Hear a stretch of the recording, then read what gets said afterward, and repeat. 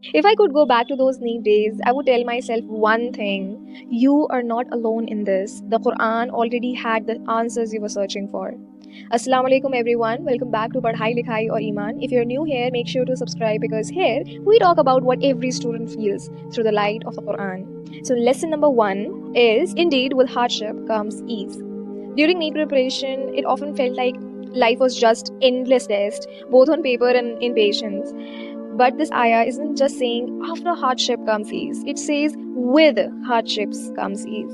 That means even when you're struggling, ease is already there, hidden somewhere in that moment. Maybe it's in the way you are learning resilience, maybe in how your dua gets offered, or maybe it's just in realizing that Allah never leaves you alone in your hard days. Lesson number 2: Allah never lets the reward of those who do good go to waste.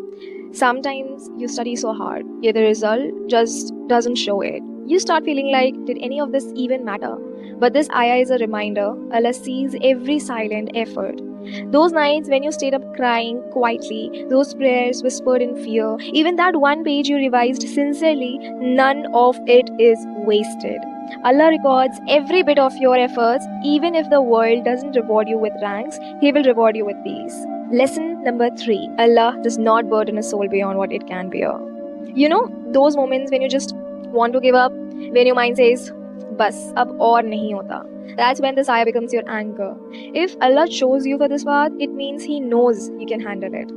Maybe not perfectly, maybe not without tears, but definitely with His help.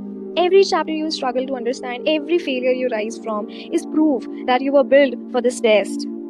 Lesson number 4: so be patient with beautiful patience. Beautiful patience doesn't mean never crying or feeling low. It means you keep going even when your heart is tired, but without losing your calm or your faith.